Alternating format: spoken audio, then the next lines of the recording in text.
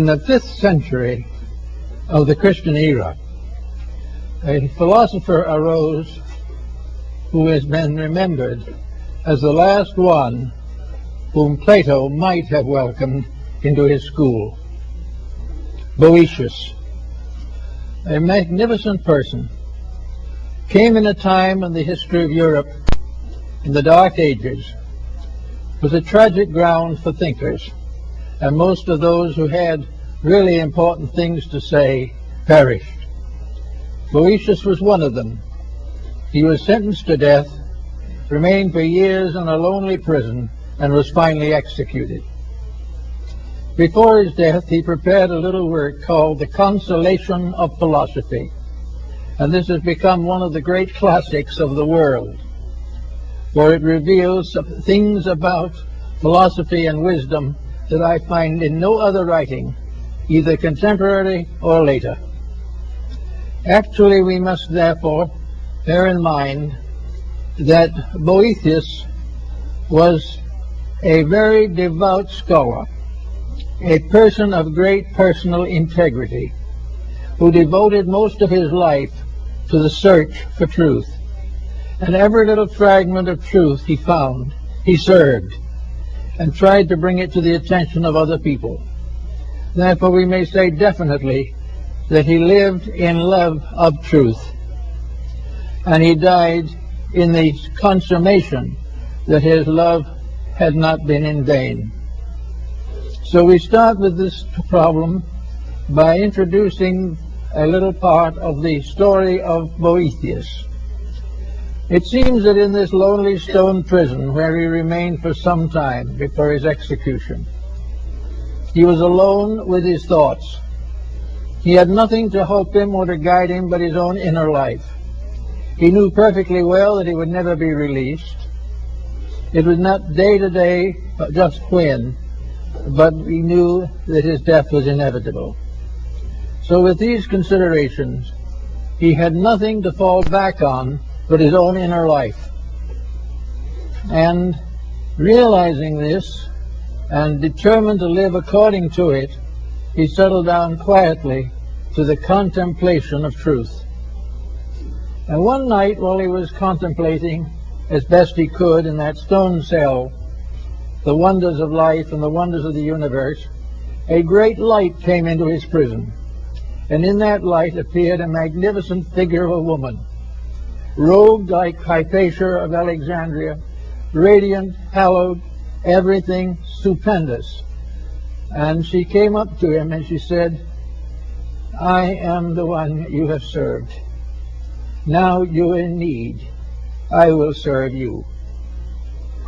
And she explained to him very definitely that all he had learned to help other people had created for himself a debt which truth owed him, and that as long as he remained in the material world, truth would lead him, guide him, and to give him the intelligence and the wisdom and the love to face the things he had dreamed of and believed. As a result of that, his essay on the consolations of philosophy has become a classic. It was in this realization of the return of the good deed to the one who does it that Boëthius became aware of something, namely that truth is not a word. Truth is not a doctrine. Truth is not essentially a system or a school. But as all the ancients realized, truth is a living thing. It is a creature itself. It is something that has its own being. It has its own life and its own death, its own beginnings and its own ends, in an infinitude beyond our comprehension.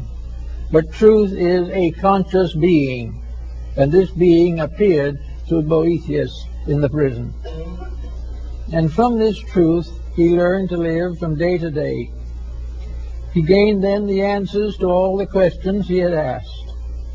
He gained knowledge of the distant places and the high places and the low places. He learned all the mysteries of space and time. He suddenly realized that truth was a great teacher, the one thing in life that knew. The truth alone could lead man to perfection. And this perfection he had to earn by giving his own life to truth. Therefore, we are able to follow some of the thinking of the ancients concerning the mysteries of life. We think of things today merely as objects. We think of hope as some kind of a word representing an emotion. We think of wisdom merely as mental penetration. We think of love as merely a personal emotion of our own, shared by others, but still merely an emotion. But to the ancients and to the wise, these so-called things were actually beings. Love, it was a reality, it was a creature, it was not merely a relationship. And from all the ancient and classical writings we find that the Greeks, the Egyptians and Persians and nearly all foreign peoples have personified their virtues. When they think of strength, they think of a certain power. When they think of wisdom, they think of a person who is wise. And so the ancients created gods for every emotion, every thought, every attitude of the human mind. Therefore we have Jupiter ruling over one thing, we have Saturn ruling over something else. To us these things are meaningless. We have a very different code. But to the ancient people, with their mystical opportunities, these different things were realities.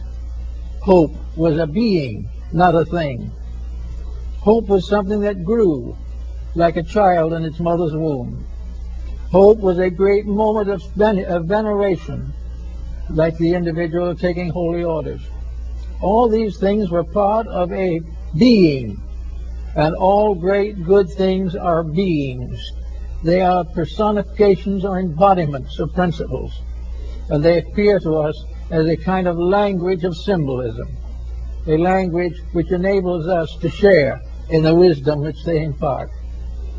So Boethius in his cell saw in the vision of the power of enlightened love the fulfillment of a dream, the dream of the ages. He was told by this radiant vision that she had been with him from the beginning. The moment he dedicated his life to truth, she was with him.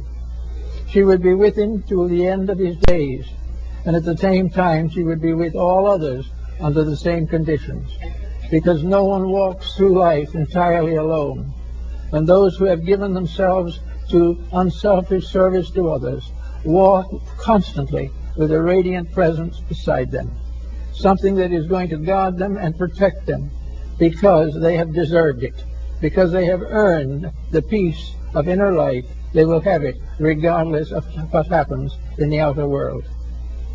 This was a great consolation to Boethius. It gave him the courage and strength to know that once one dedicates themselves to the service of truth, they will never again be alone. They will be with something, someone, somewhere, who is ever and always waiting to help, waiting to use this truth that they have discovered in order to save them further punishment, further suffering, or further pain. So the wisdom that Boethius had assembled to teach others was now taught to him. It was shown to him conclusively that his dreams had not been fables, that his ideals had not been vacuums created by optimism or pessimism, that in reality truth is alive and walks with those who serve it.